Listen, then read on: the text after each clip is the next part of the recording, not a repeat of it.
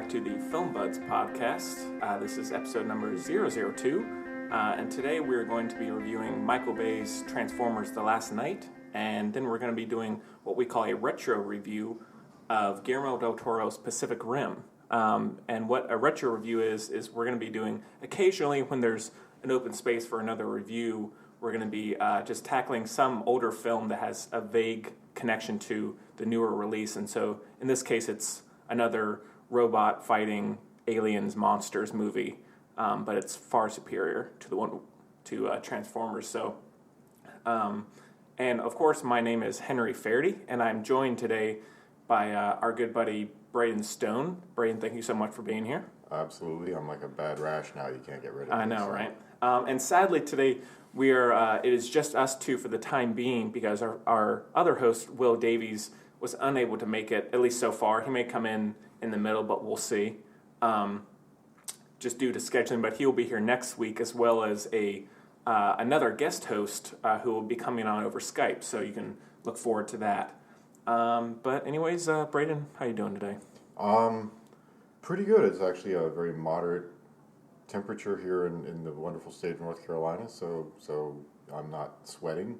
Yeah. Always a good day when I don't sweat excessively.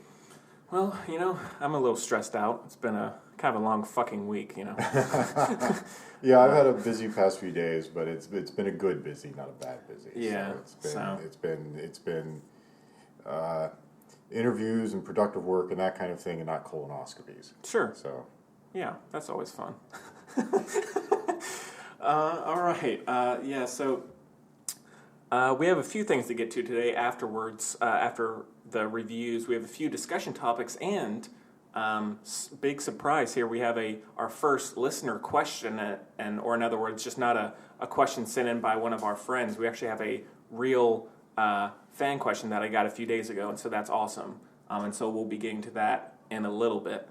But other than that, Braden, got anything else to talk about? Want to bring up? At the moment, no. I'm sure other things will come to me when we get into it. But sure. But no. At the moment, no. I mean, it's right now. I'm just biting my tongue about Transformers because I really want to just. Mm-hmm. What better way to relieve some stress than to talk about a Michael Bay movie? Exactly.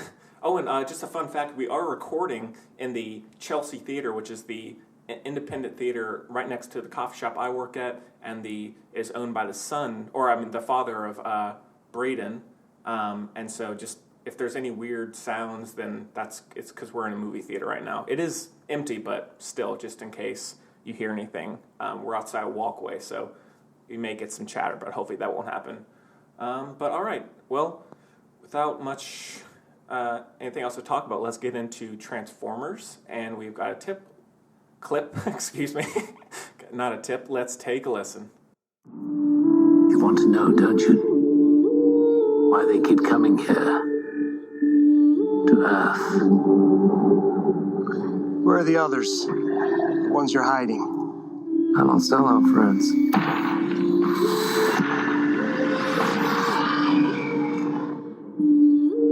Your world is dying. Optimus Prime.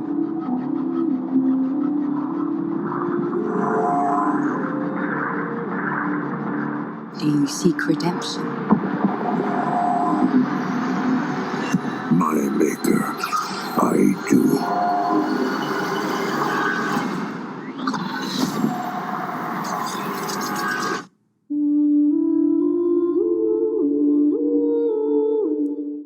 All right. Transformers: The Last Knight is directed by Michael Bay, stars Mark Wahlberg, Anthony Hopkins, Laura Haddock, Isabella Moner, and amongst many others. And Braden, you want to give us the plot synopsis? Sure. Here, according to IMDb, Autobots and Decepticons are at war, with humans on the sidelines. Optimus Prime is gone. The key to saving our future lies buried in the secrets of the past, in the hidden history of Transformers on Earth. Thank you. That was wonderful. Lovely. All right. So, Braden, what did you think of this piece of shit movie?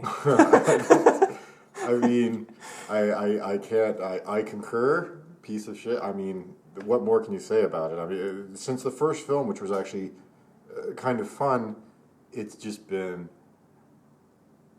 just a downhill slog. Every film seems to, oddly enough, this one bucked a trend, but it seems that every 15 minutes added onto the film, it goes down another 10% in terms of, quantitative. If you're looking at it like 100%, 90%, it just seems to go down every time they tack on 15 minutes. Oddly, this film was shorter, but Barely. also worse. Yeah. Yeah, it was just It felt barely longer. shorter. It felt much longer. Yeah, it was certainly a fair chunk of out of my day, and A complete waste of time. yeah, that colonoscopy I mentioned earlier would have been. You wish you could have done that Yeah, instead. Yeah, exactly.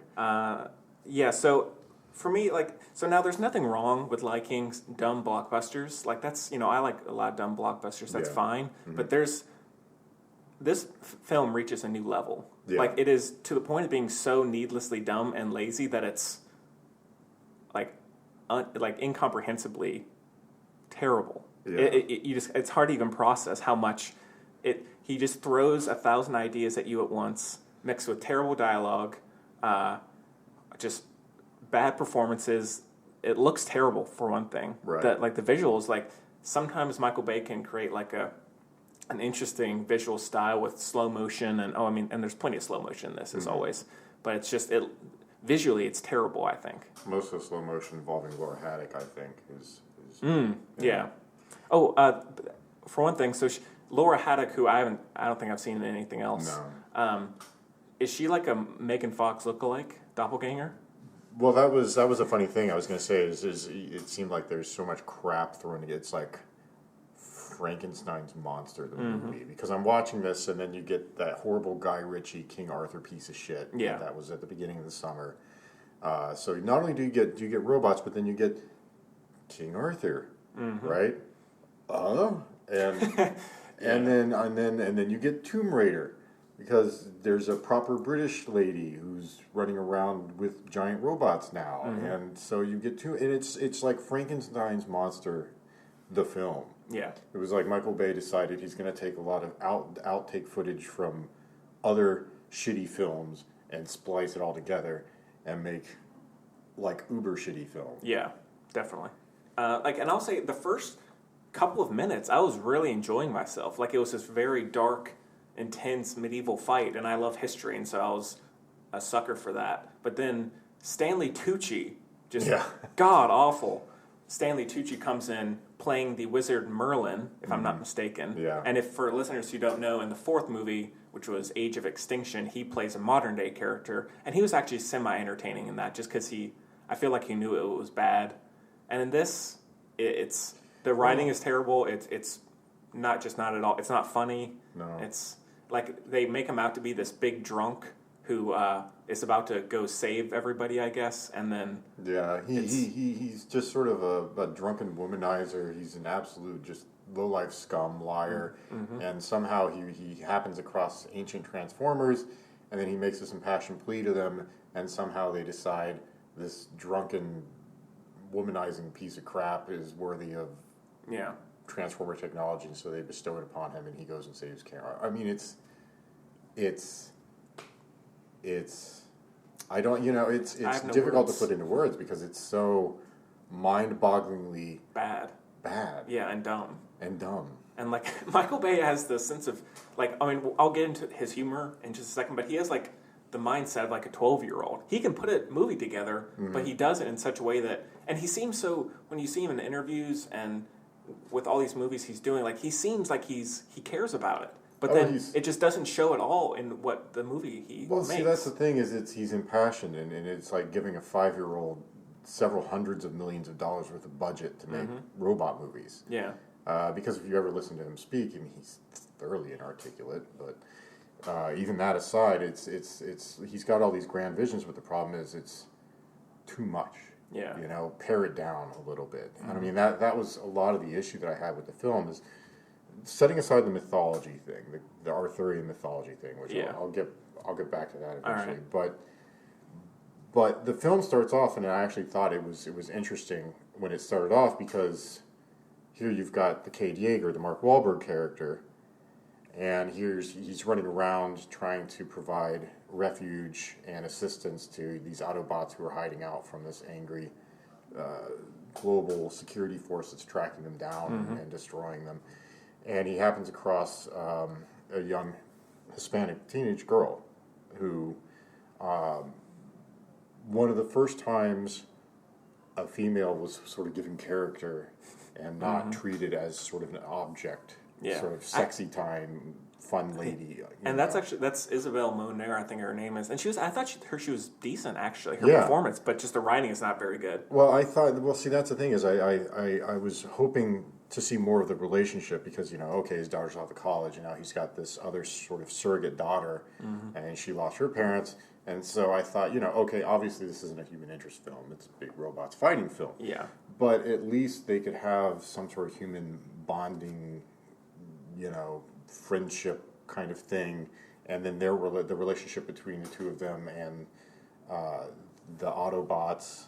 And I thought that would be interesting. But then, 15, 20 minutes, and then she's completely out of the film. And all of a sudden, it's Anthony Hopkins and sexy time fun lady Laura Haddock.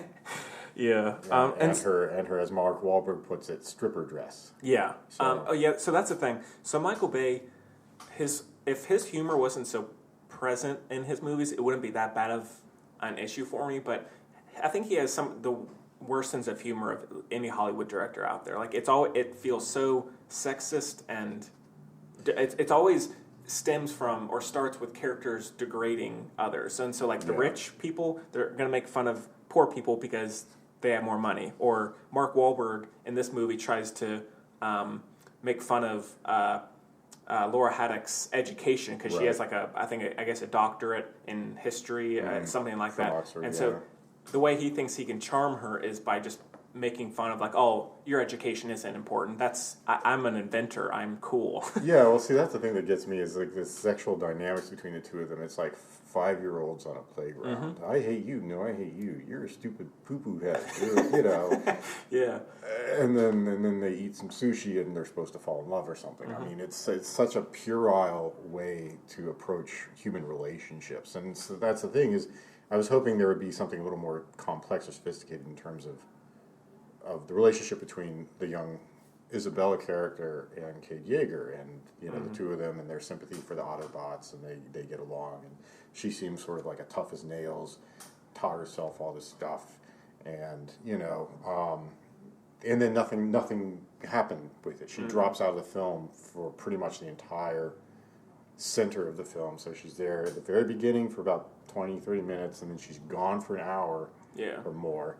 And then she sort of pops in again later in the film, sort of. And there's the awful scene we were talking about yesterday where so they take over a submarine. That doesn't make any sense. Yeah, how they do submarine chases. It's ridiculous. So somehow they get a submarine off of a memorial site or something, and then they launch it into the ocean. Yeah, it was the British Naval History Museum. I guess the mini transformer that they're with can operate it. I guess he's super smart or something. Yeah, doesn't make. Don't even get me started on that character. Fucking brutal. Yeah, it was terrible. I mean, the Cogman character, I wasn't quite sure what he was supposed to be. I mean, he starts off as sort of a prissy, prim British butler type, and then he turns into this angry Jekyll and Hyde, Two-Faced, and he's choking out Kate Yeager, and it's all very strange. Yeah. And the only moment of levity in the film, the only time that I actually had a bit of a chuckle was the interplay between Anthony Hopkins and the weird Cogman character. Yeah. The little bit where he's talking about the Arthurian legend and Cogman's, on the organ. And That was a little fun. It was decent. It was semi-laughable. Yeah, it was a little fun, but then after that, then it goes back into the slog fest, which is Michael Bay and his highly saturated visual effects. And it's so his tone in all his movies is all over the place. He'll take the plot and the characters very, very seriously, then he just injects that, the bad humor with the love interest and everything, and it just completely ruins any effect to have things sink in, I will say this is the first film, this could possibly be the first film in the Transformers franchise, where there's more class stereotypes instead of racial stereotypes. Yeah. Instead of having like horribly racially stereotyped robots running around, he just has these sort of classist kind of dynamics. You know, the prissy upper class, Which is British just as bad. and the rough and tumble self-taught American self-starter guy. Yeah. And I mean, it's blech. Yeah, You know, exactly. don't go there. Get out of that. It's Yeah, but so I mean, there's in the fourth one. I guess it starts. There's the Irish, the very stereotypical Irish Transformer, and then in the fourth one and in this one there's the stereotypical or very typical like cliche Japanese. the guy. Japanese Bushido warrior Yeah. samurai. And then there's the John Goodman Transformer who has a beard Yeah. and a cigar. And he's supposed to be supposed to have a big gut, and I guess he's sort of like G.I. Joe Yeah. Sergeant Burly guy or something. And did you notice Steve Buscemi was a voice? Yes, Day Trader. Actually, I didn't mind him, but he should like those kind of goofy characters could work. But then he's gone after 5 minutes. Yeah, which I don't understand. That seemed like a wholly innovative character, but then poof, gone, right? And it's back to this sort of sleek, stylized Transformers that sort of dominate the films. But they're not even in this movie that much. Well, that's the thing that killed me is the first films, right? Particularly the first one.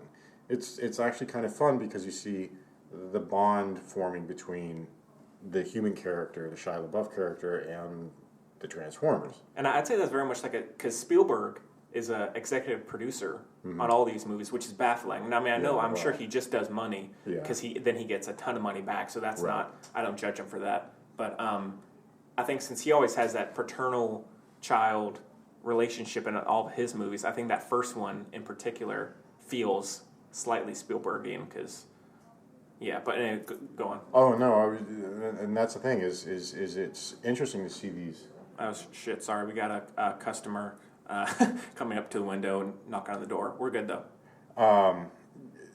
The earlier films are all. All right, sorry about that. We had a gentleman coming to knock on the door of the Chelsea Theater, complaining that it wasn't open, even though we don't have matinees on Tuesdays. So, anyways, Braden, what were you saying? Oh, but the earlier films was what made them somewhat interesting, relatable, worth watching is the bond, the relationship forming between these human characters and the robots. And I mean the love interest stuff. I mean that could just completely be thrown. Who cares? Yeah. I don't care. Nobody. I want to see this relationship between these alien robots and the people who are trying to sort of wrap their minds around. Yeah. And so that's what made the first few films interesting. And that was not even present At all. in this film. No. I mean, the robots felt, and I mean, it very obviously were servile to the humans in this. I mean, you look at the Cogman character again, who's just a train wreck of a character, but who just for I guess centuries has served this ancient family of blah blah Anthony Hopkins ancestors and so forth. And there's no bonds forming. There's no relationship forming between the people and. No, they're just characters with each other. They're not together, quote unquote. And so that's the thing is there's no relationships that really at all worth looking at in the film. Is the relationships between people and the robots completely absent. The relationships between the young Isabella character and Kate Yeager could be fascinating. Drops out of the film, and then the love interest thing comes in, and again, it's so overshadowed by the fact that it relies on these really sort of banal class stereotypes. Do you think his producers like it? I feel like although I know he's made them a lot of money. Do you think they just watch this and they're like, God, this is really bad, or they're like, you do what you want to do, Michael Bay. We know you're going to make a bunch of money. Although this one actually isn't doing that Yeah, the great. opening was pretty small from what I hear. but- It's, what, 47 million or something Something like like that, yeah, domestically. I'm sure it'll do a ton in China, like Yeah. it did with the last one. But I feel like they should at least say something. Like 5 films in now, and they're like, let's take some of this out. that? Yeah. You know? Well, I and- remember reading something. Mark Wahlberg seemed to be. He didn't say, "Yeah, I'm so glad to finally be done with this," but he intimated. He said something along. He the was lines like, of, I think he said, I can get my life I back. can get my now." life back. Exactly. So- Yeah. So. I wonder if he gets paid commensurate with just how awful the film is. Probably. I'm sure he's getting he got a ton of royalties from Age of Extinction. Because Yeah. that made a billion, I think. Yeah. So, And just they make, fucking ridiculous. They make boatloads of cash. Yeah. They make boatloads of cash. But And yeah, but like in terms of the editing, this was so horribly, even more than usual with Michael Bay, terribly edited and directed. Like there would be scenes, it would just cut right out in the middle, 20 minutes go by, then it cuts back to that same scene, like the scene with the Medusa space creature, you know who I'm talking about? Quintessa. Like she had a conversation with Optimus Prime, 20 minutes go by or so, then it just cuts back to that same scene and they're just still talking, and it's just like these things jump from one thing to another, no pace, it's just incoherent. And well, that's what got me about the sort of the big battle scene at the beginning of the film. was that the medieval one? Not the medieval one. The one where the TRF. I mean, and the plot gets so convoluted. Yeah. It gets so convoluted. Very, very. So this TRF force, which is, I guess, Transformer Reconnaissance Force, the force which is tasked with hunting down and destroying Transformers across the planet. These TRF guys, they don't know where the Transformers are. And then they do know where the Transformers are. And then they decide they're going to put together, they're going to give Megatron all these bad, evil Decepticons that he wants, and then they're going to give him the location of the Autobots to go hunt them down. And then the TRF guys can use this to get hold of Cade Yeager and this ancient piece of technology that he somehow has happened across. And so it gets so convoluted, right? This plot gets so convoluted, and they go through this whole thing. It's like the Dirty Dozen when he's assembling his team. He's like, Megatron says, "I want this guy," and okay, well we'll release him. Yeah. I want this guy. He's too bad. We can't release him. And then so they make this. The funny thing about it is they make this whole big deal about these evil Decepticons and how horrible these guys are. Big scary war criminals, and then they show up, and most of them get killed in a few seconds. Yeah. It's It, okay. just no one feels invested in it. It's just Yeah. Go on. Yeah. No, but the fight scene I was talking about is the one right after they release the Decepticons and they go to Is that like Cade on the Yeager. streets? Or Yeah, something? it's in that abandoned town. Yeah. And- Incoherent. Absolutely incoherent Yeah, scene. what was going on? I don't know. Because you Don't got know. the robots out in the street fighting, and then you got drones flying after Cade Yeager and Isabella, and I don't even know who that other guy was. Who was he? Which one? The young fellow with the glasses. Oh, I don't know. I couldn't tell you. I mean, this character shows up. No one. You just couldn't give less of a fuck about anyone in Yeah, this. You know, I mean, it you just, don't feel at all invested. like in cut either give them something to do or cut them out. Yeah, You know, and John Turturro, who was in the first 3, just First pops 4. up. He was in the 4th one? he's in the. Oh God. Yeah. He just comes back randomly, serves no purpose. He's hanging out in Cuba drinking mojitos. Yeah, you could cut that character out. Yeah. You could. I think even John Malkovich shows up There's like one scene that looked very much like John Malkovich, just so they could give him Look, John Malkovich again. Yeah, and it's just all these characters who serve no purpose. They're boring. They're unlikable and annoying. That's the thing. Michael Bay characters are annoying. That's really the only thing that makes them somewhat memorable. Yeah. Usually, Yeah. you know. Yeah, it's pretty bad. Yeah, and one thing in terms of his direction, there's no sense of geography. I mean, this goes with being incoherent, but I can never tell where anyone is, especially in that last climactic fight, which is so kind of spectacle driven. Like Michael Bay, he just wants to make a spectacle, make it feel epic, and it's so beyond being able to process what you're seeing. These huge spaceships going all around, these soldiers on the ground trying to fight it, and they go to Stonehenge also. and it's all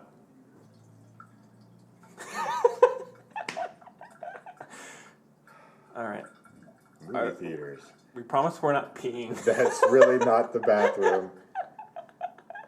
That's the ice machine drainage. Promise, cross my fingers. All right. So yeah, But- listeners, we hope we apologize for any issues here. We're getting started, so we really apologize. But anyways, let's go on. First and last time recording the Chelsea Theater, probably. Yeah. But then they go down in the sub, and then they find the wrecked alien spaceship. Where the hell is the wrecked alien spaceship? Who the hell knows? Don't Okay, know. right? And then, so you've got the wrecked alien spaceship, and then the wrecked alien spaceship comes up, and Optimus Prime is all angry and brainwashed, and but yeah, you've got this massive alien ship, and it's underwater somewhere, and you don't know where. And then the TRF guys show up. Where the hell were they this whole time? All of a sudden, they've got this massive operation, and they're following the submarine down. They've got deep sea vehicles, and Michael Bay loves his jargon. He only ever refers to things with like 3-letter terms. I don't know. Yeah, that's weird. Yes, that's the secret military force. Right. The Something TRF, and they all ride around in DSVs, and And they've got at the end, they all take off their badge. yeah. Like, no, we're good now. We're good now. We like the Transformers. Yeah. It's you never quite follow what's going on. Not at all.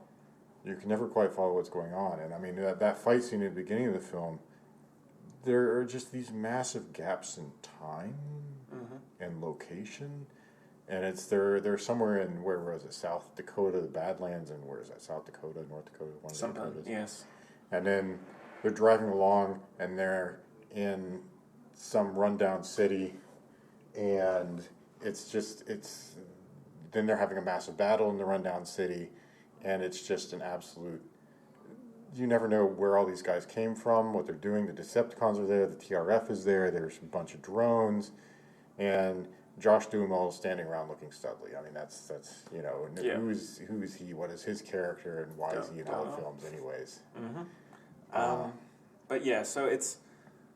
I mean, I guess we can get close to wrapping this up, but it's definitely worst movie. I think this and Rough Night are probably the 2 worst movies of the year. I'd say this is probably the worst of the franchise. I mean, 2 is known for being the worst, but I would rather watch the 4th one, which was 165 fucking minutes. Yeah. was Than rather really than long. this. Even at least that was to a point of being dumb where it was kind of charming at times. Yeah. But then this one is so it's not memorable, it's not funny, it's so dumb that it's annoying, and it's. Well, that's the hated thing watching is, Age of Extinction, at least, you get to get your fanboy geek on with Optimus Prime riding around on giant dinosaur robots. Mm-hmm. Oh yeah, And- true, yeah. And this one, you don't get anything like that. At You get the Mecha Ghidra giant 3-headed robot dragon at the beginning of the film, which is kind of fun. That And was then- cool. And then It's that gone. disappears. You don't see it anymore. Nope. Where the hell did that go? Just a little teaser from Bay. But yeah, I mean, it's too scattered of a film, and it's all over the place, and it's just borrowing tropes from every other. It's just a horrible train wreck of a film. There's no interesting relationships to become invested in. There's no real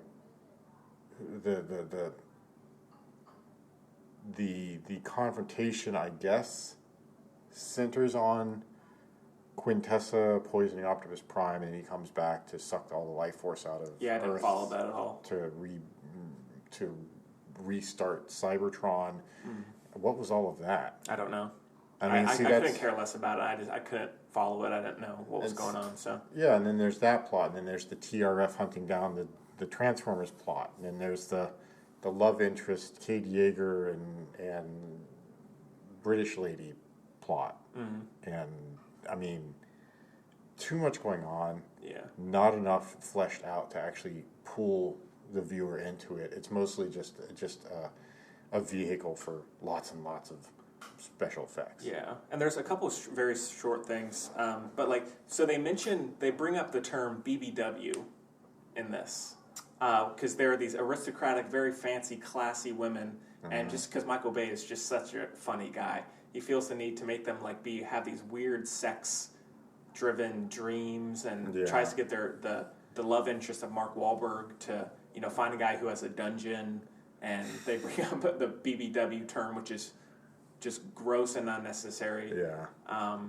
And then there's lines like where Bumblebee stabs someone and he's like stings like a bee, and it's just stuff like that is, we don't need to get into it too much, but but even though this one isn't doing as well as the others, they are doing a cinematic universe, quote unquote, of Transformers / Hasbro movies, and so there's going to be one a year now. So next year we're getting the Bumblebee spinoff, which is a prequel apparently to the first one, but it's being directed by Travis Knight, who is the CEO of Laika.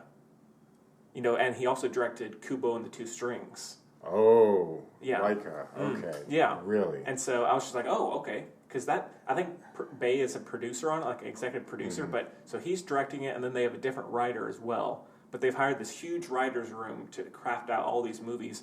I actually have some of them here, some place. But so the guys who wrote this one was Art Markham, Matt Holloway, and Ken Nolan. Two of them wrote the first Iron Man, and then Nolan wrote Black Hawk Down. And then some of the other ones, a lot of these people are new writers. And so there's... Well, my question is, how do you go from writing something like Iron Man, which the first film was quite good, to doing this and then Black Hawk Down, which is a brilliant film. Awesome. It's just a remarkable film. Yeah. To writing this train wreck of I mean, it's just garbage. Yeah. I mean, the story is just all over the place. It's almost like they took all these writers, and instead of having them work collaboratively, they locked them all in different rooms and said, Here's 50 pages of paper, write something. And then the guys wrote different scripts, and then they just sort of stapled them together. And they threw all the pages up in the air, and then took them in that order, and stapled them together, and there's the script. Right? Yeah. So...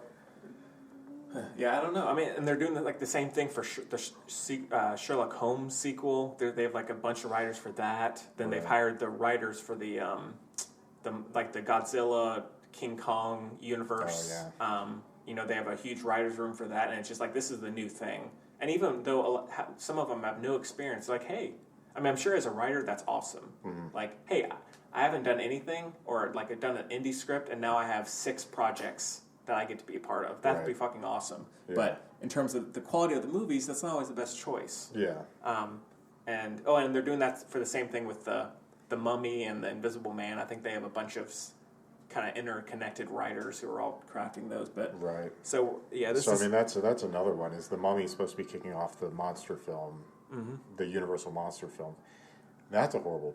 I haven't had the opportunity to see it yet. Then again, I probably don't want to see it. It's not as bad as this for sure. It's semi-watchable, but it's nothing that good.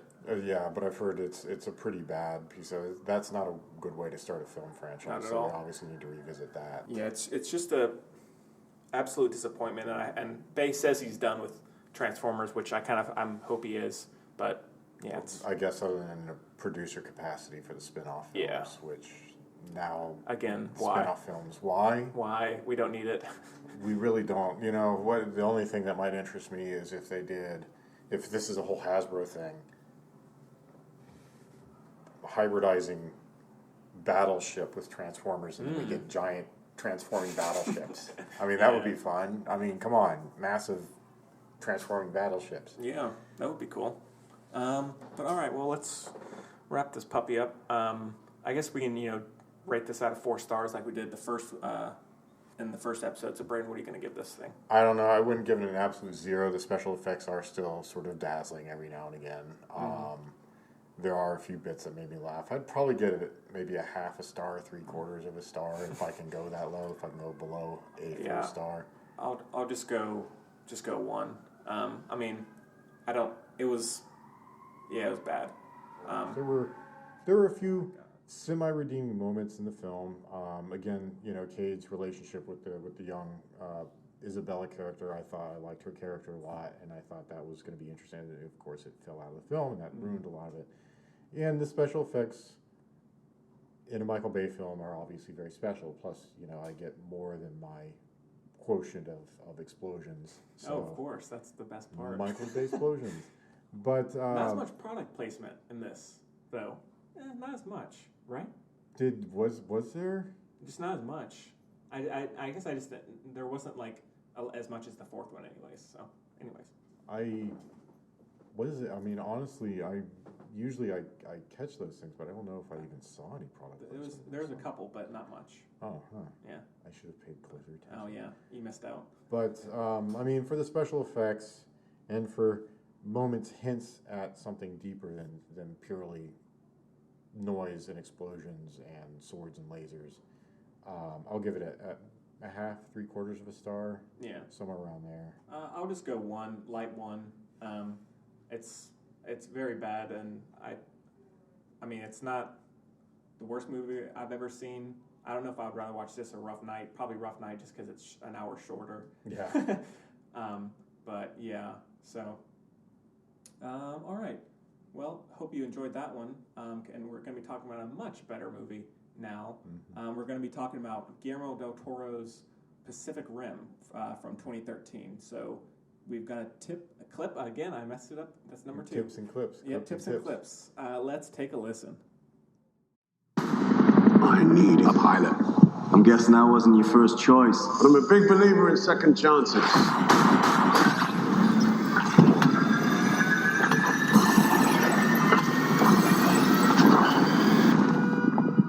you have a visual? Over! Let's do this together!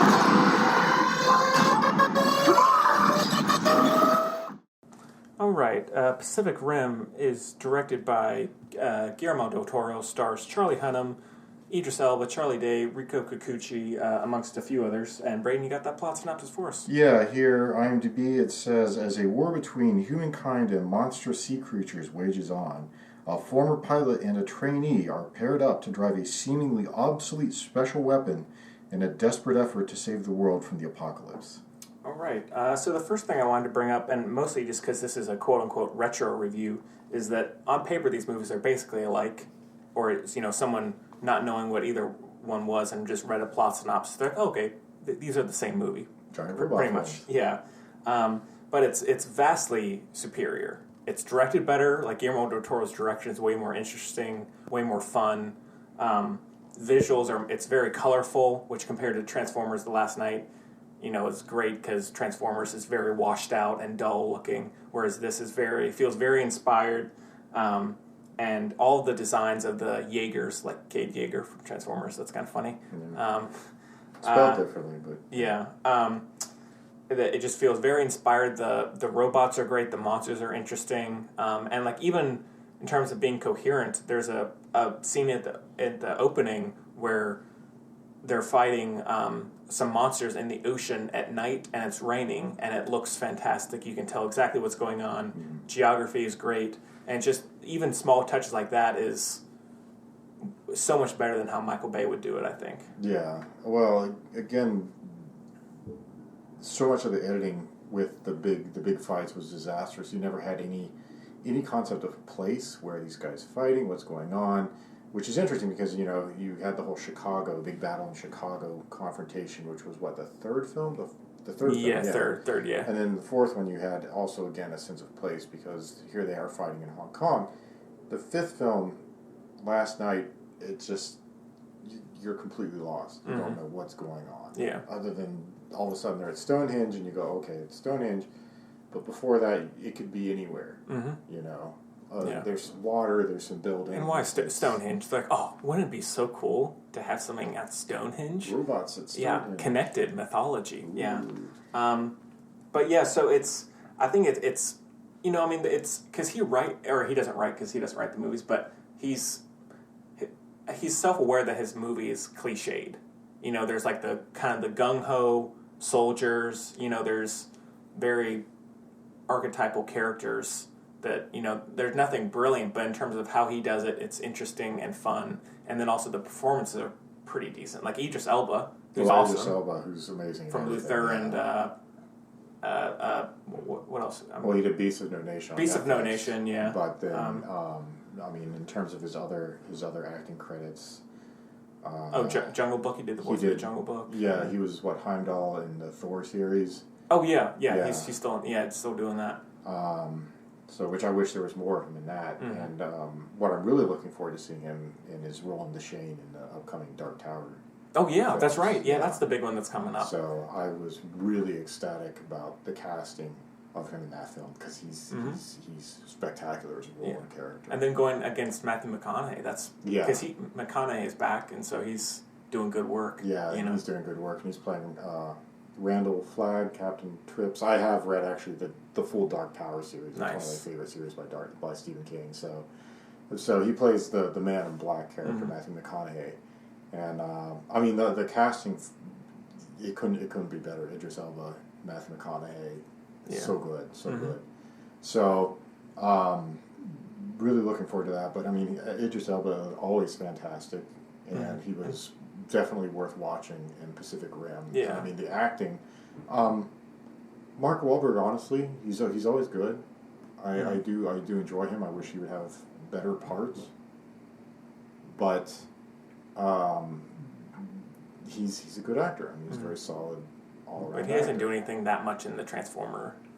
I mean, he's just a character. No, I mean, straight he's guy. well, I mean, again, I think that speaks to the weakness of the writing and the direction, and not so much the acting. Whereas is Charlie Hunnam in Pacific Rim, he's kind of the same thing, but again, it's just feels more self-aware of what they are. Yeah.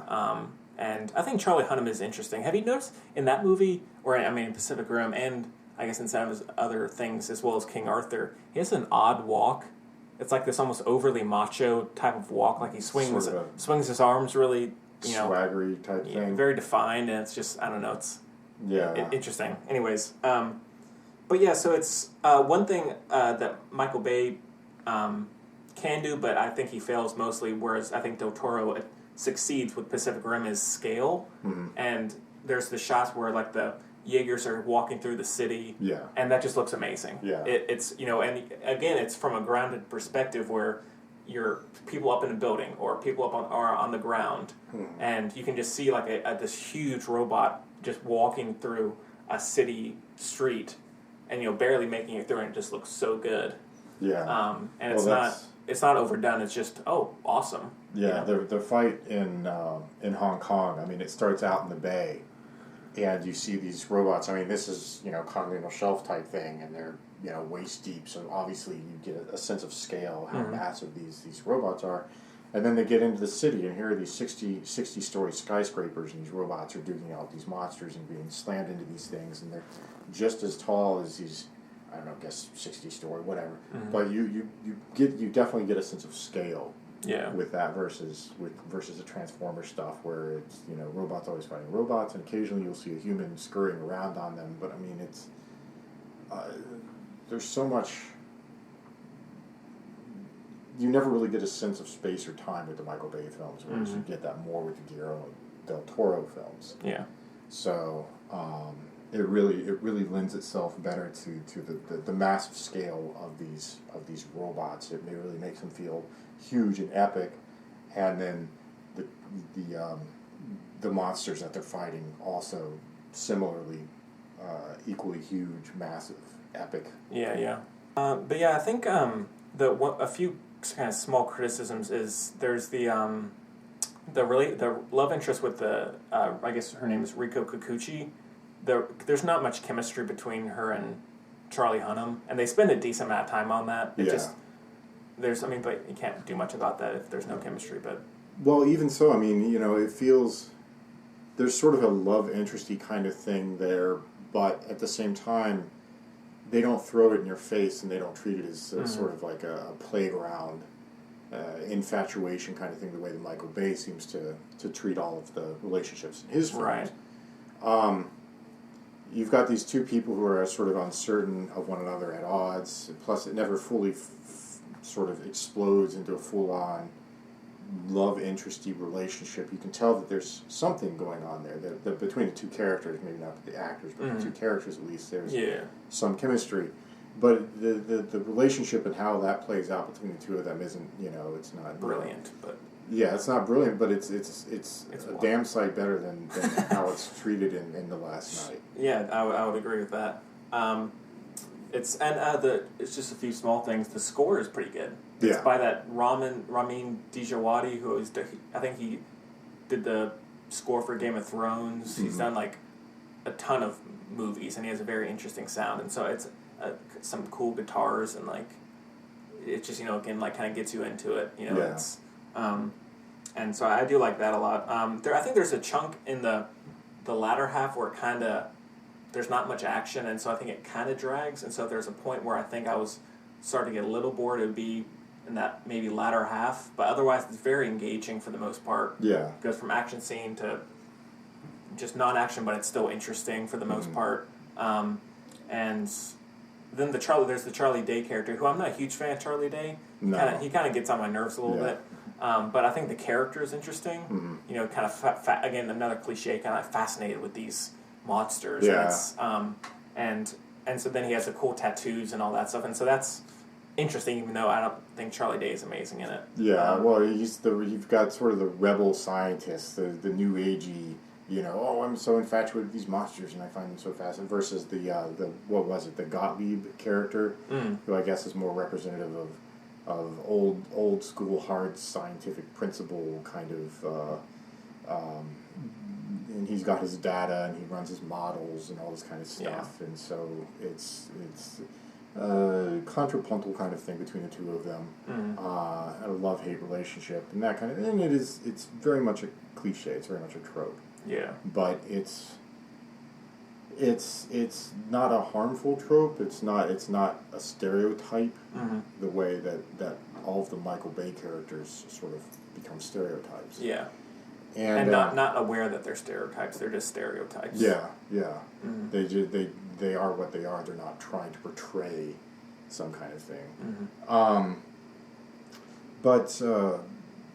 The characters were much more interesting, much better fleshed out in these films.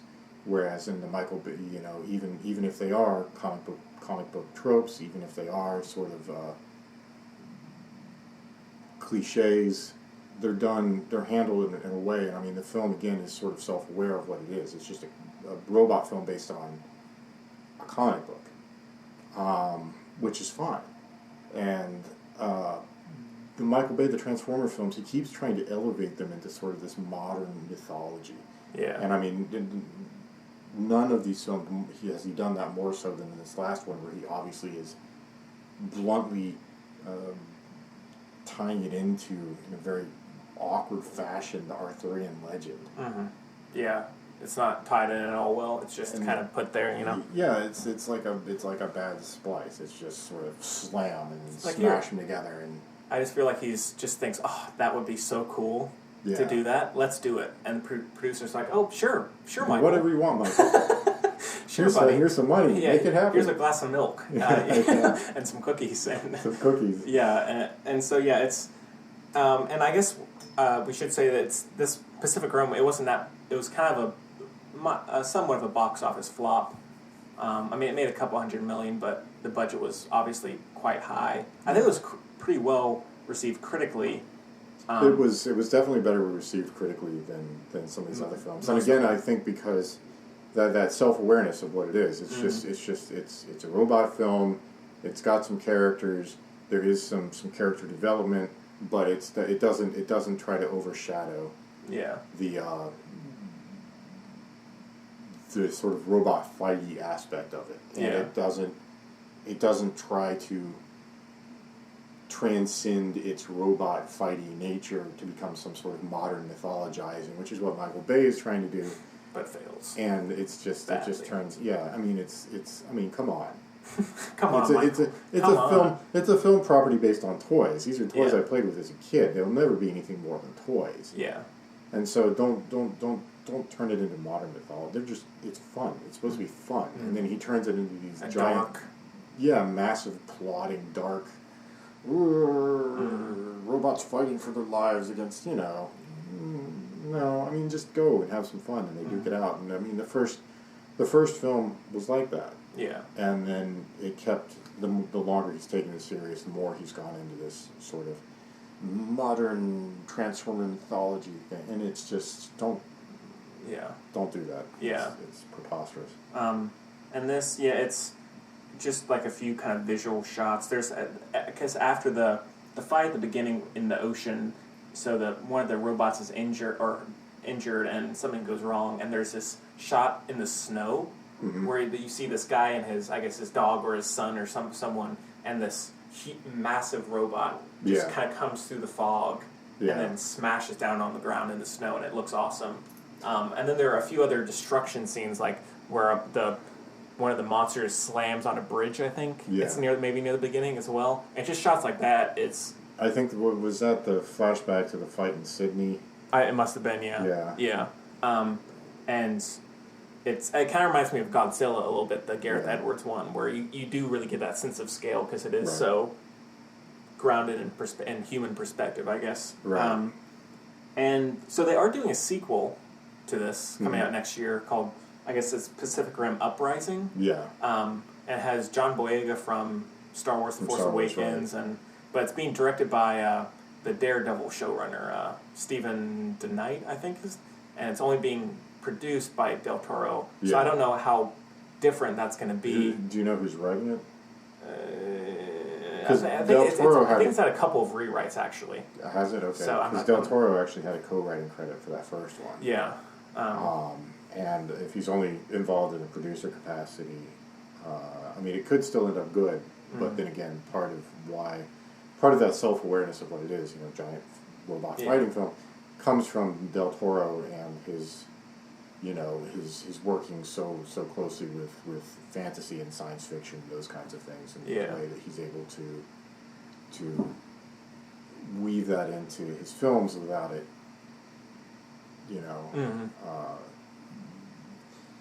in such a way that it doesn't seem hokey. Yeah, exactly. So, which is, the nice thing about Pacific Rim is it avoids being hokey because, again, it's stuff like, it knows what it is. And Del Toro knows what it is, and he doesn't try to take it beyond that. And when a film tries to make itself something that's not, that's when it becomes hokey, a la Michael Bay films. So, a la that horrible Battleship thing. What was that? Wait, the Battleship movie? The Battleship movie. Peter Berg, starring Rihanna and oh, jeez, no. Yeah. So no, I don't mind. Tyler Kitsch. Yeah. I don't mind Peter Berg's some of his movies like Lone Survivor, Patriots Day, Deepwater Horizon. Yeah, Lone Survivor was spectacular. I think he was like because he kind of wants to be Michael Bay. He kind of has the similar shots, but he's just a little more grounded. Yeah. So usually it works. Because he takes kind of the tidbits from Michael Bay, some of the cliches, and then uses them in his own way, and that's interesting. Yeah. Well, see, that's the thing. That's what's so awesome about Lone Survivor is rather than, SEAL Team 6 out in the woods in Afghanistan and then lots of explosions. No, he keeps it as realistic and gritty. There's gunfire, somebody's shot, bam, that's it, they're dead. It's not like they're shot and then a gas tank explodes. Yeah. That's not how human anatomy works. So, I think his films are considerably more grounded.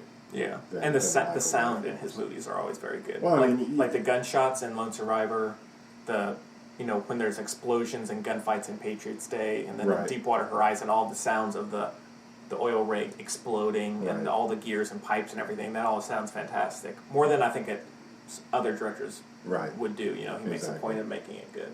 So, so Pacific Rim is just getting back to it. It's a fun movie. It's definitely underrated, I would say, compared to a lot of other movies out there or blockbusters at least. And it's no classic of modern cinema, not by any means, but it is fun. It's a good popcorn flick. Yeah, it's a well-rounded. It doesn't bog you down in 2 hours and 45 minutes of drab, washed-out robot fighting. And honestly, the personality of the Jaegers, of the robots in Pacific Rim, even though they're piloted and they're not independent characters in and of themselves, the robots, the Jaegers, have more character than a lot of the Transformers. Definitely. And then because then you get to know the pilots of the Jaegers, but you kind of get short glimpses of them because they're kind of treated like rock stars, quote unquote. Yeah. And some of them are just, again, cliches, but they're interesting cliches and they're cool cliches. Yeah. Like these two people like strut off the, out of the factory, and they're just like kind of look like badasses. And Yeah. you Well, know. the Russian couple who pilot, Yeah, that's what I'm thinking Cherno of. Alpha, and then you've got the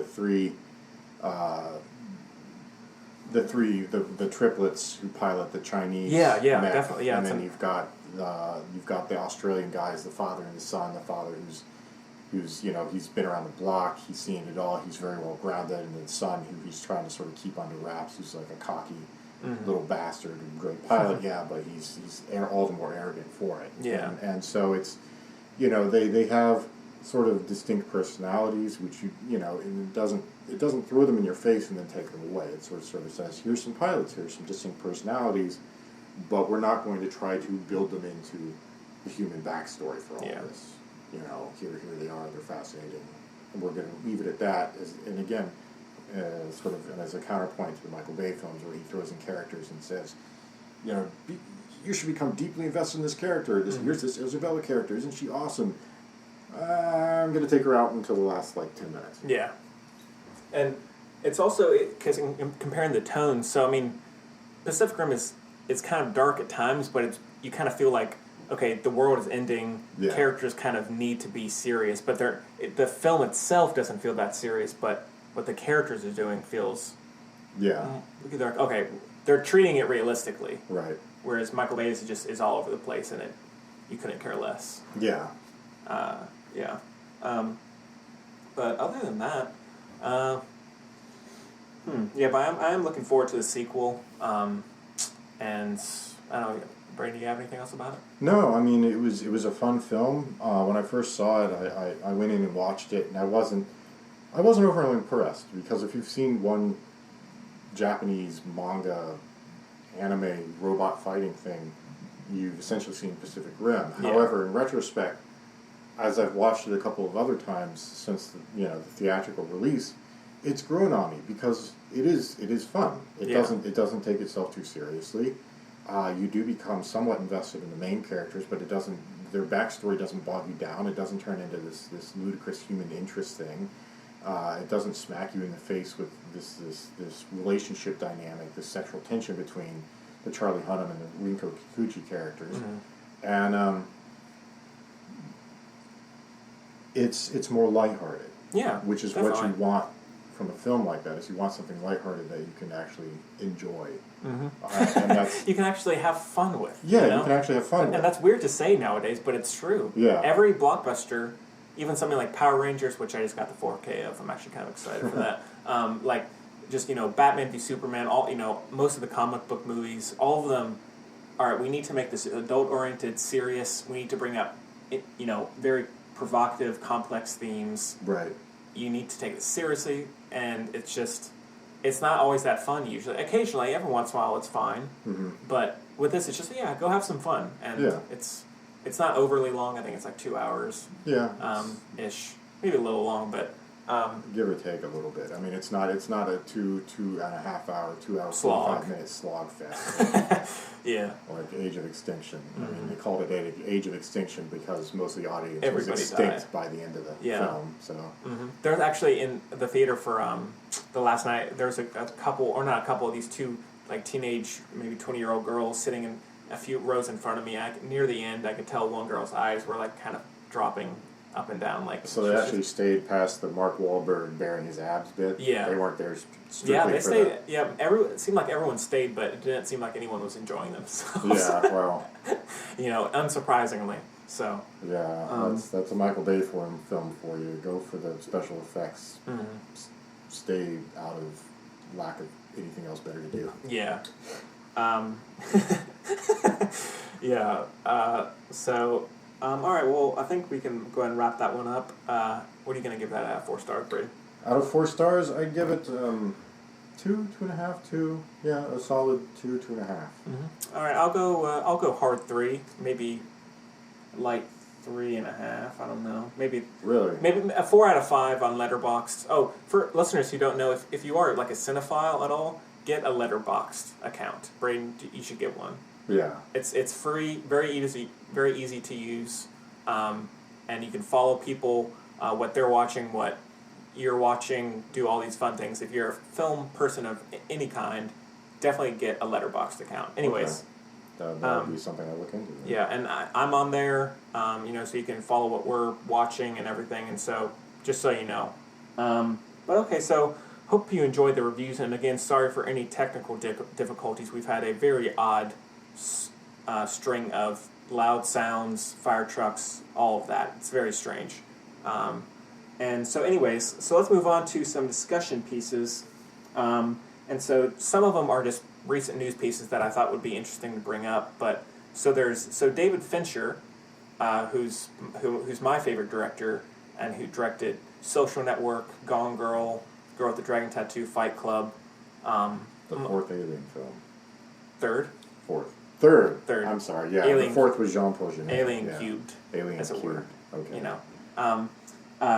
Who is a, he doesn't really do blockbusters per se. I mean, Gone Girl made a Gone Girl was pretty big. Yeah, but in terms of blockbuster, like a Pacific Rim movie. Yeah, his movies make a lot of money. Summer popcorn films. Yeah, he's not. But anyway, so he has been, as far as I know, hired to direct World War Z 2. And so, the World War Z is the zombie blockbuster with Brad Pitt from a few years ago. And it's getting a sequel since it did, I think, pretty well at the box office. But David Fincher is now directing it, which is a very interesting change. Yeah. Because his next project is he's directing the first 2 episodes of a Netflix show coming up. But I never really thought he would ever do what you call a summer blockbuster. And I kind of wish he would go back and do like the Girl with the Dragon Tattoo sequel instead.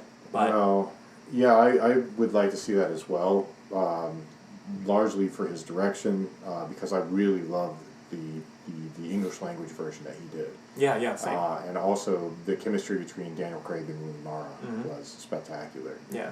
But I'd like to see him do that. I'm uncertain what to make of him doing this because I kind of liked the Alien film that he did. So obviously he has a bit of experience working with sort of the non-human drama thriller type films, but I mean that Alien film that he directed was good. It was interesting, but it wasn't that first one that really Scott did. Of course. But, or Aliens.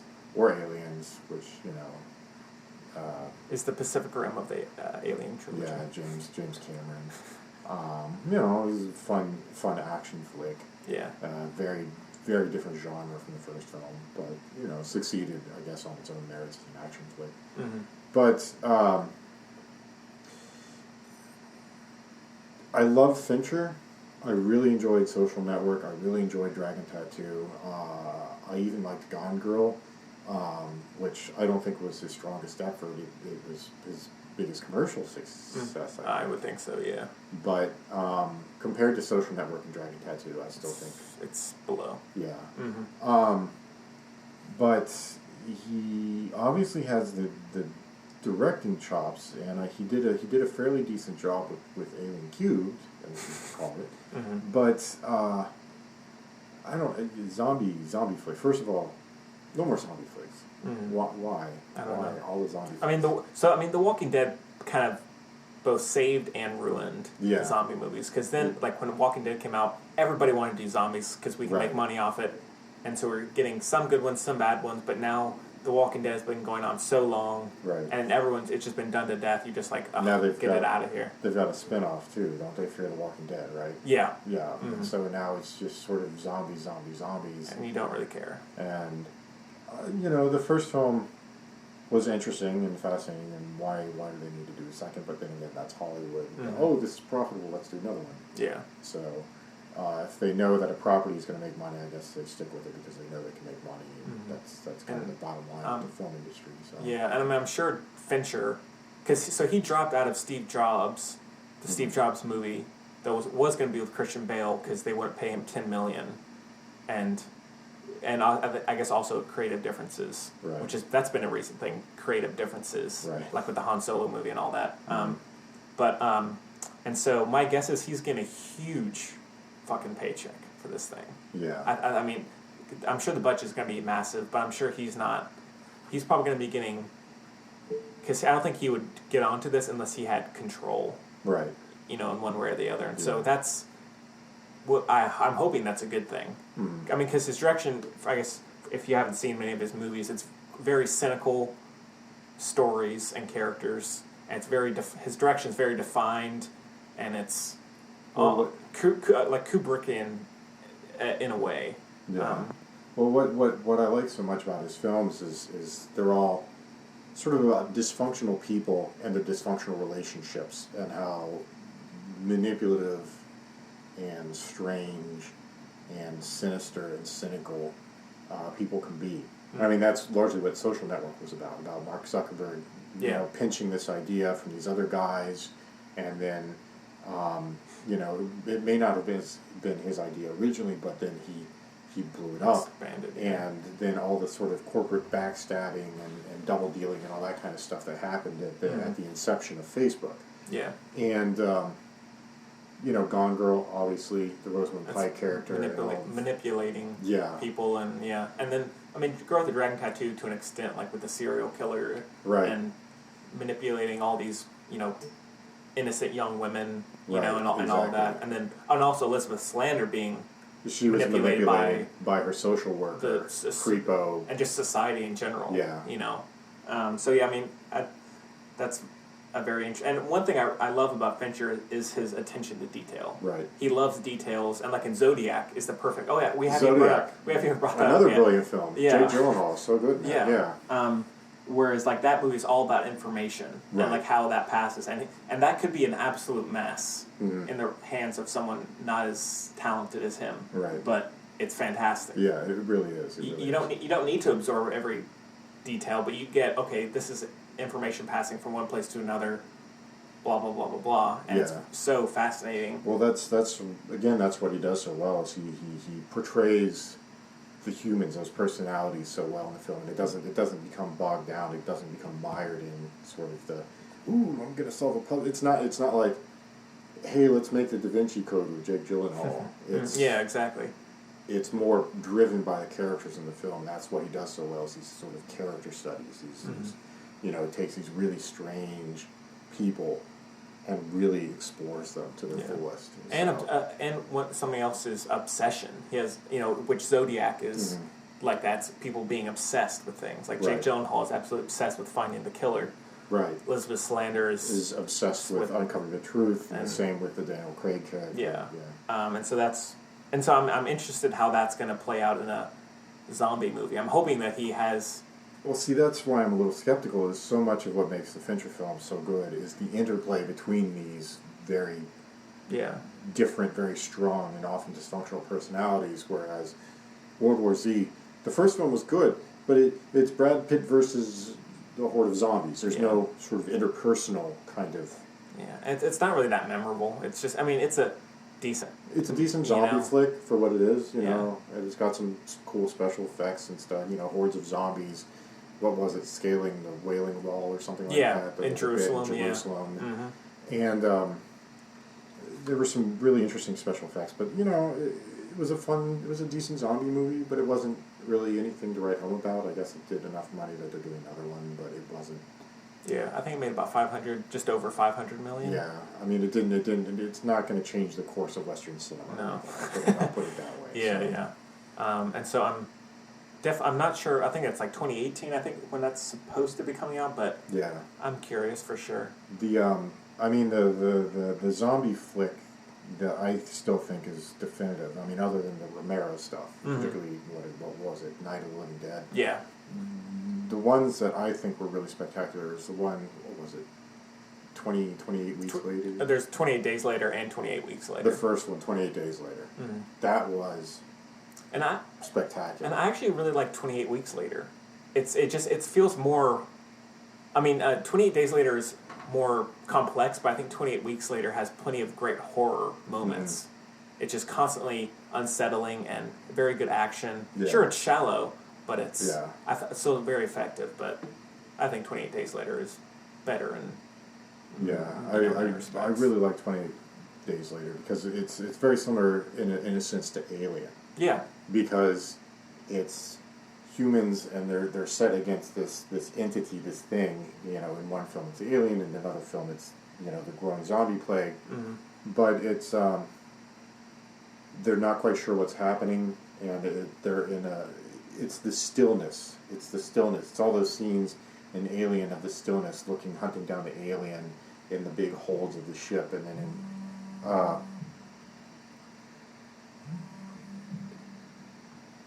in World War Z, 28 Days Later, you've got all the stillness of these survivors looking for food, banding together, and so it's the fear, that anxiety, that fear of something coming for you, rather than the sort of visceral scare that you get. Oh, I'm slicing and stabbing and pounding zombies with a baseball bat. Oh, I'm fighting the alien. No, it's where is it? What's going on? It's more of an anxiety-induced fear than it is a fighting for your life-induced fear. So, but David Fincher, I like him a lot. But again, I don't know that a World War Z film would necessarily play to his strengths as a director. Yeah, I mean, he has worked with Brad Pitt twice. Three times. Fight Club, Seven, and Benjamin Button. Oh, right. So I'm sure that'll be a good partnership. You know? And also in terms of him shooting action. Well, no, there's action in Benjamin Button. There's that World War II scene, which is pretty good actually. Yeah. And so I don't think he can't do action, but my guess is there will probably be a decent amount of action in this movie. Yeah. So that will be I'm hoping a good change for him. Yeah. But yeah, so more power to him. And hopefully that's good. All right, so then there's a question actually got sent in from another friend of mine, so I appreciate you doing this. So he asked, just out of curiosity, who's the most promising up-and-comer director in Hollywood right now, do you think? Like, and I mean, not necessarily like Fincher, because he's already well-established, but someone who's he doesn't have to be young, but someone who's just kind of starting to get his name out there, like almost like Denis Villeneuve with Blade Runner 2049 and Arrival and Prisoners and Enemy. He's he just kind of shot up out of nowhere, and now he's this auteur, and he's about to be a huge blockbuster director, I'm sure, because of Blade Runner. But someone like that, I would say is. See, that's the thing, is I'm not as familiar with a lot of the young auteur directors out there. What about like Jeff Nichols? What is I recognize him? He did Loving last year, and he did Midnight Special. Yeah, Loving was spectacular. That was one of my favorite films from last year. Yeah, absolutely. And he did Take Shelter. Have you seen that with Michael Shannon? Oh, that's a good one. But yeah, I think there's. I mean, the thing that we were kind of talking about last week, but it's a lot of people who are being put on these huge movies after doing a small indie movie, for better or worse. Like the guy who did Jurassic World, Colin Trevorrow, did Safety Not Guaranteed, like some indie comedy, and now he did Jurassic World, and then he just did that shitty Book of Henry movie that just came out. Book of Henry movie? Yeah, it just. But yeah, and there's also one. We were just talking about him a while back, but Damien Chazelle, who did Whiplash and La La Land, but you refuse to see La La Land, is that right? Yeah, well, all kinds of reasons. Whiplash, I thought, was absolutely spectacular. And Miles Teller, J.K. Simmons, obviously he won an Oscar supporting actor. I mean, it's, again, the clash of personalities between those two characters is just so astounding. Absolutely spectacular film, very taut in terms of direction. And there's a constant sense of tension. Yeah. Not only between the characters, but the Miles Teller character, and he's so driven and he's always on edge, and just how that's portrayed throughout the film, spectacular. La La Land, I don't know, I haven't seen it, don't care to see it. I like Emma Stone, I like Ryan Gosling. It's entertaining, but it's kind of been blown out of proportion as being amazing masterpiece, redefining. It's fine, it's enjoyable, it's entertaining, but I don't know if it's as spectacular as, or at least I didn't feel that way. If you think it is, that's fine. Nothing against you, but it just, not as amazing as I hoped it could be. I mean, what little I heard of the music, it just sounded.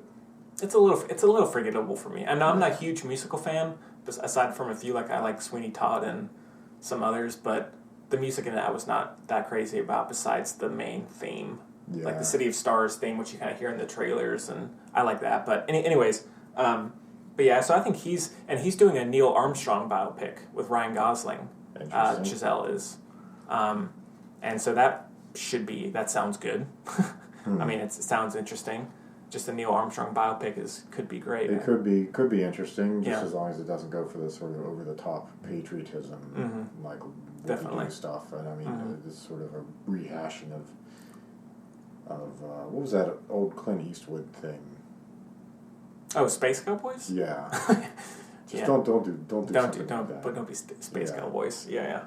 But I mean, he obviously can direct. I don't really care to see La La Land. I think it was probably overblown. Maybe I shouldn't say that because I haven't seen it, but I don't know. Musicals are not really my forte. Yeah. But Whiplash was spectacular.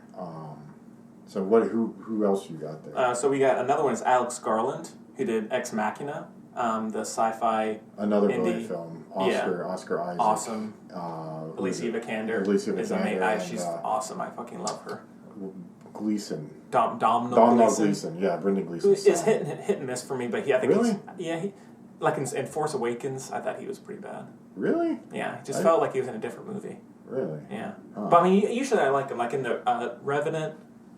Yeah, I like it a lot in Revenant. Yeah. Ex Machina is just a sci-fi indie thriller, but it's so interesting, and it's a thriller, then kind of a horror movie at times, mystery, and he's also wrote the script for Dread, and the movie Dread, and he may have done 28 Weeks Later, 28 Days Later, something like that, maybe. Sounds kind of familiar. Anyways, but I think, and he has some Dread. Which is Dread? The it's based off the graphic novel series. The Judge Dredd, which is awesome. The more recent one with Carl Urban. Yeah. Yeah, that was considerably better than the original one with Sylvester Stallone. Oh, definitely. But again, it seemed to sort of take itself a little too seriously. Yeah, sure. But it was still a damn sight better than the horrible thing with Sylvester Stallone, and God only knows why. Rob Schneider. What the hell was that? Oh God, I don't know. And then, of course, Diane Lane was in it for, I don't know why. Yeah. But there she was. Then we also have, I don't know if you've seen any of these guys' movies, but Justin Kurzel, who did Macbeth with Michael Fassbender, and he also did Assassin's Creed last year, which I was actually a fan of, even though critics destroyed it. Because I'm a huge fan of the games, and it was interesting, and it was much better directed than I thought it would be. I didn't have the opportunity to catch that. I mean, and I think Macbeth is amazing, though. It's a beautiful, it's just violent, and it's fantastic. And so I think he's an interesting choice. And then there's someone like, we were just talking about him, District 9 guy, Neil Blomkamp. Yeah. And I mean, I love District 9. Elysium is cool. Chappie is a little too silly, but it's enjoyable at times. And now he's doing these like short films. Have you heard about this? No. So he's directing. He has some, I guess, company or something, and he's directing very short sci-fi movies. I think one just got released called Raka, and it's because he was going to do an Alien sequel, but then Ridley Scott did Alien Covenant, and doing 5 more. And is he really? Or he's at least they have plans for 5 more. I don't know. It's a lot. Yeah, I mean, I honestly, I've enjoyed the last few. He's taking it in a very different direction from that first film that he did in the Alien series. The last 2 I thought were interesting, but very drastically night and day different from that first one. Yeah. So, but I've enjoyed them. I thought they were really fascinating in terms of the themes that they touch on, particularly the Michael Fassbender character and how creepy, weird he is. Yeah. Why do they need to keep going with that? Though I don't know. I enjoyed Alien Covenant, but I don't need 20 of them. Neil Blomkamp, I liked. District 9 was brilliant. Elysium was interesting. Not spectacular, but interesting. A bit heavy-handed at times. Yeah. Another one that took itself a little too seriously. Yeah, and then you've got the... Chappie. Yeah, well, I was just trying to remember that the character... It's the actor that he does all of his films with. Oh, Charlton Copley. Charlton Copley, yeah. Who, in every other movie besides Neil Blomkamp, is horrible. Really? He's, like, every performance he does. Well, like, the A-Team, I remember. Yeah. The Old Boy remake with Spike Lee. Yeah, I refuse to see that because Horrendous. the original Korean one was spectacular. It's horrendous. He's in Maleficent, and he was actually decent in Free Fire earlier this year, but he just needs to work with Neil Blomkamp, always. Yeah. That's all I need. Well, District 9, I quite liked him in that, but his character in Elysium was just so over the top. Mm-hmm. And I mean, you don't need a character like that. I mean, you could redo the film and make his character a little different, but it's just, I don't know. Mm-hmm. It was such a over the top, ooh, crazy sociopath, we're running around killing everybody. Okay. Okay, yeah, all right, we get it. And then Chappie, I didn't see. Maybe I kind of want to see it again. Interesting ideas in it, and I like that he's not doing science fiction films in the sort of giant robot fisticuffs, laser beam, shooty vein. Again, he's treating science fiction more as potential futures, rather than as action adventure. And so Chappie, I would like to see because of the concept of artificial intelligence and how do you treat. It's really more like a kids movie, which I think is kind of why it got so destroyed. It's just kind of a little misunderstood. I don't think it's brilliant by any means, but it's fun, and it's definitely a big weird step away from Elysium and District 9. So yeah, District 9 going in. was just brilliant. I mean, that was an absolutely innovative film. Elysium, less so. Interesting issues, and I like the fact that it wasn't strictly shooty. I mean, what got me with Elysium, though, is that you could definitely tell it was a more Hollywood influenced film, because whereas in District 9 there was almost no shooty. In Elysium there's big action scenes, action sequences. And District 9 is almost like a horror movie at times. Like in a way, totally. yeah. It's just really interesting, which I didn't really get the first time. But well, you've got the Charlton Copley character who's kind of in a sense the Fly. Yeah. Right? Yeah. He's going through this transformation. He doesn't know what it is, but it's sort of this body horror, horrific transformation process. Like the fingernails and all that, and then his face and his the whole thing. And then Elysium has kind of like that, but it's not as much. No, I mean it's less scary. It's more sort of actiony, and you've got stubbly Matt Damon stomping around with his shaved head. Yeah, I like Matt Damon. Yeah, I like Matt Damon. I think he's a spectacular actor, and I think he did a very good job in that film. But it just didn't feel quite as awesome. Complex or interesting. As that first film. So I mean, there's definitely, in terms of some other directors, there's Ryan Coogler, who we mentioned, and he directed Creed, and then he's also doing Black Panther, which is kind of what we were just talking about, kind of an indie director doing these huge blockbusters, and how if that's a good thing or a bad thing. But Creed is a fantastic movie, and it's an interesting Rocky film, and I would say you should check that out. Yeah, I definitely want to see that. That's on my radar. I wanted to see that in the theater. And did you see the Black Panther trailer? It looks awesome. Yeah. So I think awesome. They made the right move with that. Yeah. But yes, I mean, I'd say there's another film which I thought was actually fascinating. Last week I was talking a little bit about how Marvel seems to sort of beat DC to the punch on everything. Yeah. Well, DC finally beat Marvel to the punch on something with Wonder Woman, which was a spectacular film. Definitely. But that aside, Marvel actually, what is it? Black something. They just started putting another film into production, and they hired black woman to direct it. Oh, Ava DuVernay? Yes. The girl who did, or lady who did Selma? Yes. Yeah. She's Yes. another one. And so that was exciting to hear. So I really enjoyed Selma, so I think she'll do a good yeah, job. it's nice. I mean, it's funny that it's the comic book industry Yeah. that all these films are coming out, and they're giving these typically sort of underrepresented directors these huge Yeah. vehicles to ply their trade.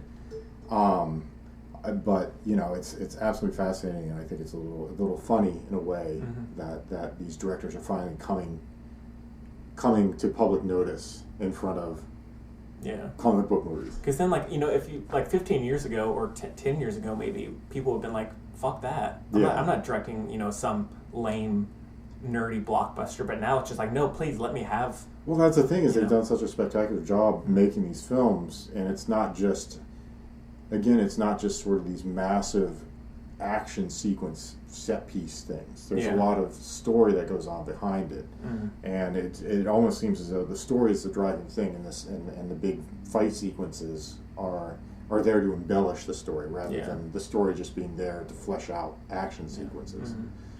And same thing with the actors, all these actors, someone like Benedict Cumberbatch, Right. Who is this, classy English actor. Nope, he's going to go be Doctor Strange. Yeah, exactly. And Chris Pine and all these people. Right. Zoe Saldana, well, I guess Zoe Saldana has been in Star Trek and Avatar, but, a lot of A-listers now. It's because it's like it's its own genre now, a comic book movie. Yeah, well, I mean, Robert get- Downey Jr., you've got Michael Fassbender, James McAvoy in the Michael X-Men Fassbender's- franchise, yeah. right? J-Law in that franchise.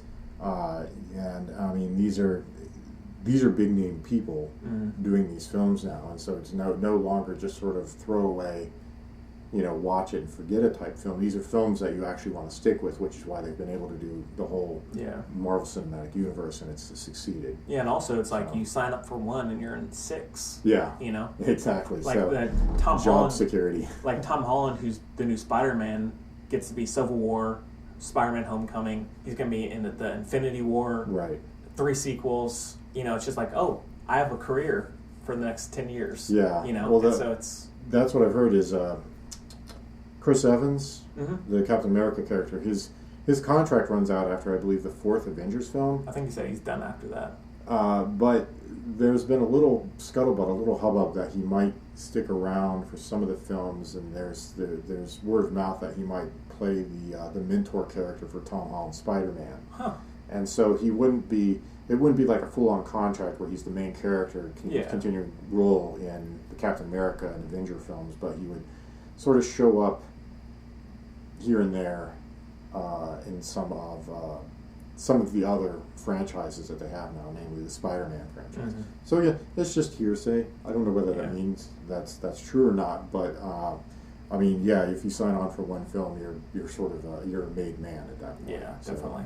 And same thing with Margot Robbie, who's Harley Quinn in Suicide Squad. She's going to be in 5-6 movies or something like that. And so it's just, that's awesome. Right. And more power to you. And but yeah, so those are hopefully a decent amount of directors to answer that question. And so the final question, I'm sorry to this listener who sent in the question that we waited until the very end. Last minute. You have to stick around and listen to all of our schlock. If you want to hear a listener question, you have to listen to the full episode. Anyways, so this is from Jason from Colorado. This is so awesome, like what we were just talking about.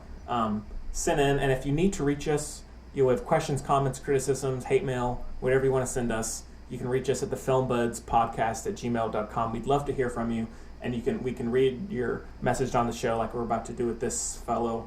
So anyways, so Jason from Colorado writes, "Hey guys, hope this is the right way to do this, but I came across your first episode a few days ago and was surprised how much I enjoyed it. There are a few times the audio could be tightened up, but I'm sure you'll work on that. So anyways, Sorry. sorry about that. Anyways, I wanted to write in about an issue that's been upsetting me recently. Do you think Johnny Depp's increasing media troubles are ruining his once great career? I've been a fan of Depp ever since the 90s, and I hate to see him willow away by acting even stranger than he already does. And so besides the recent messy divorce and the money spending troubles, do you think he went too far with the Trump assassination joke? Thanks. Looking forward to what you do next, Jason from Colorado. Braden, what do you think?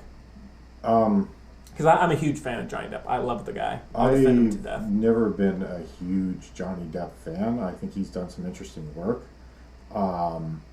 Obviously, What's Eating Gilbert Grape. Mm-hmm. What was the one last year where he played Whitey Bulger? Oh, Black Mass? Yes. Yeah, good performance. Awesome. Mm-hmm. Awesome. Great film. I loved him in that. And so he's done some great work. He's never been my favorite, but when he has a good role, and there's a good script, and there's good direction. Like Ed Wood? Ed Wood. Amazing. Another one. I loved Ed Wood. Mm-hmm. Great film. Not in none of Ed Wood's films, obviously. Plan 9 from Outer Space, maybe the worst film ever made. But, Yeah. Johnny Depp and in that role playing Ed Wood was great. And the whole Tim film. Burton at his prime as well. Right, yeah. So, I've enjoyed a lot of what Johnny Depp's done, and I think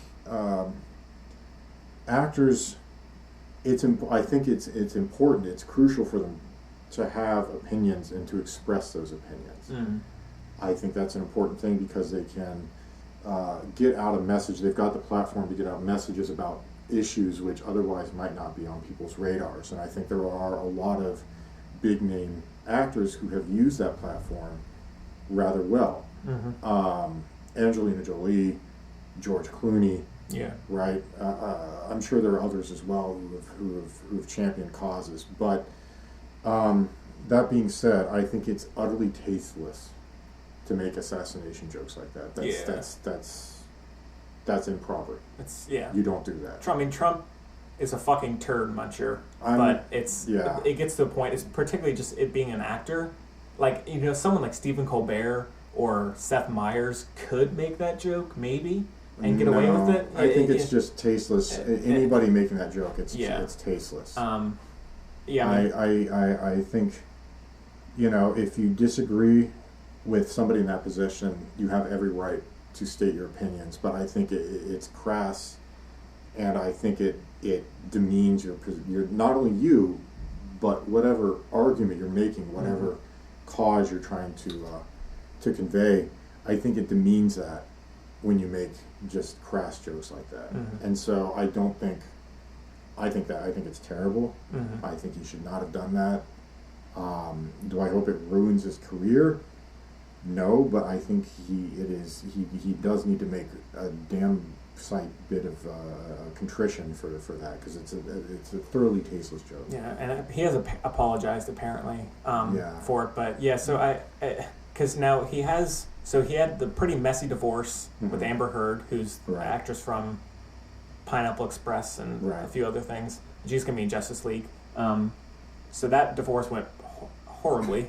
Yeah. To put it delicately. Like, I think there was even a few audio clips or video clips of him ranting or something like that. I don't know. Yeah, he and Charlie Sheen could get together. Yeah, sure. Winning. I'm a warlock. Oh, yeah. Fuck yeah. And then his agents have come out and talked about his insane spending with money, and he bought an island. Yes. He bought an island. Yes, that was a while ago. Yeah, but this is like, I think he would be spending $20,000 a month on wine, and it's just stuff like that is insane, and so clearly he's at an issue. Despite my love for the guy, I will see everything he's in, but he's definitely in a bit of a rut, and I think the Trump assassination joke was definitely too much. Well, I'm wondering if it wasn't some really bad media ploy to maintain attention, and so to stay in the public eye, and if that's what it was, there are much better ways to do that. Yeah. I think it's just that he's sort of in a sense he's lost touch with reality. Some of these guys do. They have so much money, and then but after Trump winning, a lot of the stuff I've seen from I'm a dyed-in-the-wool liberal. Same. But some of the things I've seen these people do, I mean, there's a difference between being a sore loser and just going off the deep end. Yeah. And I think, again, it doesn't help anybody's cause, and particularly the Democratic Party's cause, if you're out there like Kathy Griffin Oh God, the Cat right? Griffin And the thing is decapitated brutal. Trump head. Yeah, but even now she shouldn't have done that either. And I sorry, listeners, we're getting a little political here. Political Buds podcast spinoff. Political Buds. Yeah, but yeah, so that was like, but then they just destroyed her. Yeah. like she's Her like, career is tanked. yeah. So She's- it's like I didn't like her beforehand, and just because she does this one thing does not mean you need to destroy her. And that, Yeah. I think that's one issue with Trump. And so it's well, but- he's known for anybody who crosses his path. He does an absolute scorched earth policy. Yeah. Like he No would doubt, absolutely for wreck sure. them. I think it's inappropriate. Both what she did and what Johnny Depp has said, I think it's inappropriate. There still needs to be some respect for the office, at least, if not the person. Yeah. Oh, yeah. I would say respect the office, not And who's in it. You know. and as such, if you want to voice discontent or dismay about the president and what he's doing, by all means do that. But do it in such a way that you're not going to undermine your message or undermine your party. Mm-hmm. So voice of reason. Yeah. Listen to that voice of reason. Yeah. Back of And I think that if he hadn't had the divorce and the spending issues, and he had just said that, it would have been like, okay, that wasn't good, but that's Johnny Depp. He's a little Yeah. weird. But with all Well- of this, he's tacked that on, and it's just, I think that's driven his case for being, I'm just in a bad place a little too much. We're like, all right, Yeah. you got to shape up, or Well, I'm wondering if it isn't that $20,000 in alcohol he's spending every month. Yeah. And he's constantly nursing some sort of hangover, which has completely impaired his reasoning or something. yeah, But I mean, yeah, I think he's one of these people who the money he's sort of lost touch with for sure. reality. Because there are times or like articles that would say he'd be making $75 million a year, and it's just someone with that much money, particularly someone who's not really aware of how to handle it, is going Right, to destroy exactly. himself. Yeah. But yeah, I mean, now he's talked about retiring recently, but he has like 6 or 7 movies lined up on IMDb. Like he's going to be in the Invisible Man remake, which I love. Oh, the yeah. Invisible Man, the 1933 one, and so I'm excited to see that. And I think if he is going to keep acting for a while, I think he should start doing more supporting roles, no more like Mad Hatter roles, just kind of quirky supporting roles that are Right. interesting, Right. a little more grounded.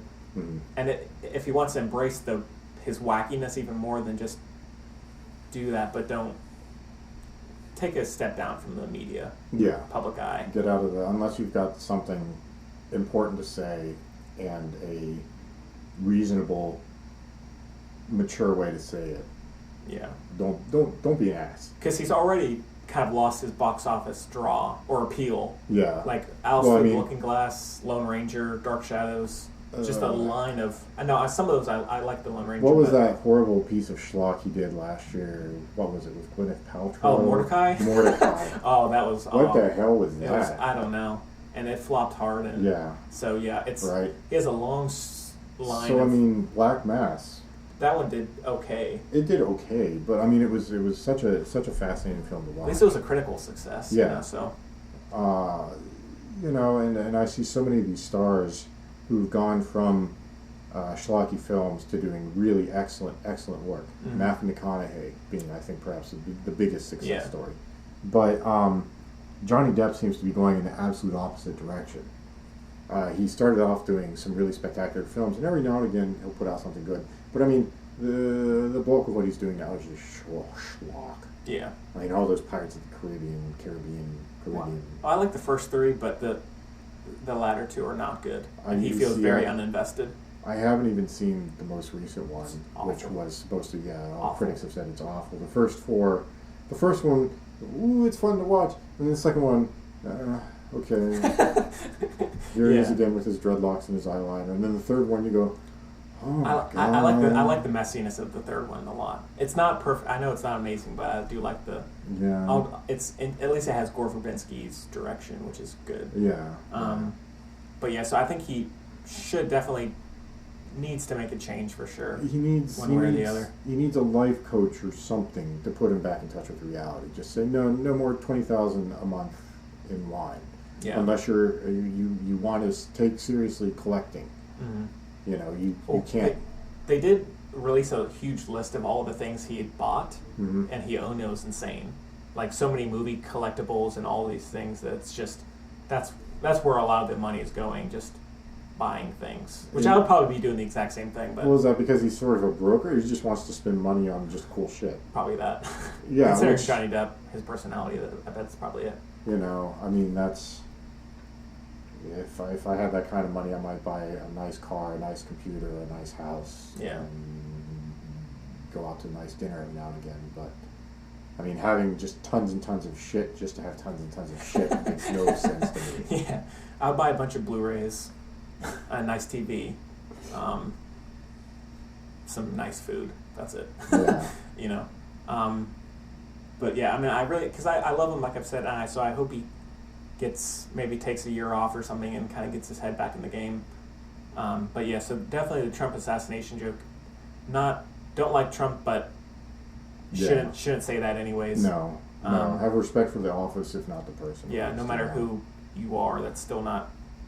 No, that's no bueno. Yeah. No, No bueno. No bueno. Very much no bueno. Come on, Johnny Depp, Mr. Johnny Depp. I think he's.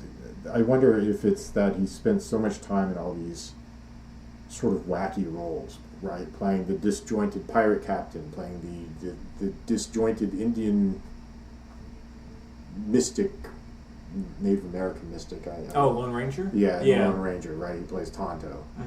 Mhm. Playing the disjointed investigator in Mordecai. Yeah. And I mean, whether something hasn't fundamentally snapped in his brain somewhere. Yeah. So I don't know, but Yeah. I think I mean, is this the culmination of all the stress and anxiety he's going through with all these other problems, or is this just symptomatic of something else? Mhm. And all of these things are just a steady Decline. accumulation Yeah. of or what's the word I'm looking for? Build up. I don't know. I can't think of the word right now. But Fuck it. is this the? I guess is this a product of, or is this a symptom of something else? I mean, what is going on in his mind? And I, he needs somebody, some help, professional help. Seek professional help. Yeah. But I mean, this kind of statement is it's not in keeping with the highest practices or the highest standards. For sure. And if somebody of his stature has that platform to make messages like that, then they need to do so in a thoughtful and Smart way. yeah, intelligent way. I mean, because obviously the media is going crazy with Trump. Obviously, that's. Yeah. I think they say it was more than any other president, Mhm. which is no surprise. But you still need to be somewhat smart about it. So, Yeah. You know. Yeah. So hopefully he'll get his shit back together and he'll have a prosperous latter career. Yeah. The rest of his career. Yeah. Who knows? Well, he just needs to take more of the Whitey Bulger roles and stay away from the crazy pirate / mystic / investigator / whatever. Yeah. So Sorry, I just got an email there.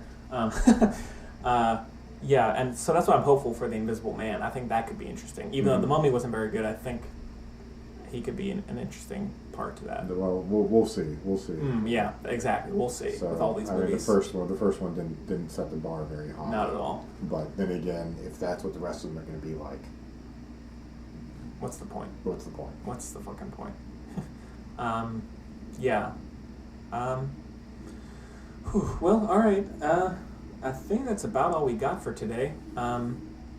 Thanks for everyone for sticking with us and dealing with all the difficulties. We're going to work on that again since we're all new to this and we're in weird places from time to time. So thank you for bearing with us. But yeah, so just the last few things. So next week we're going to be talking about Baby Driver, Edgar Wright's Baby Driver, and then probably either Okja, the new Bong Joon-ho movie that's coming on Netflix, I guess tomorrow, or maybe The Beguiled, the Sofia Coppola movie, or maybe another retro review, something like that. But we're definitely going to be talking Baby Driver because we'll have a buddy of mine over Skype who's a huge right head and would love to talk to us about it. He's going to come with us over Skype, so you can be looking forward to that because he's a really cool guy. And Will Davies will be back with us. We may have someone else as well. And Brayden, are you still deciding if or are you going to be busy? It depends. I don't know. All right. My schedule changes regularly, but if I can make it, I will definitely be here. Cool. So We'd love to have you. So it makes me go out and watch movies, which I should be doing anyways. yeah, So. everybody should be doing that. Go out and watch movies, even though these movies are absolute garbage that we've been talking about lately. Go see something at least. Maybe not these movies. Yeah, not everything but the ones we're talking about. Yeah. Just go see the others. Because everyone should be a movie person. Go watch movies. It's fun to go to a theater and just escape for a couple hours. You'd be surprised. And don't be worried about going to see a movie by yourself. I love going to movies by myself. It's the best thing. Yeah. If you need a time to relax, go. You're not weird. You may be weird. I'm weird, but I'm definitely weird. Yeah. I've made my peace with that.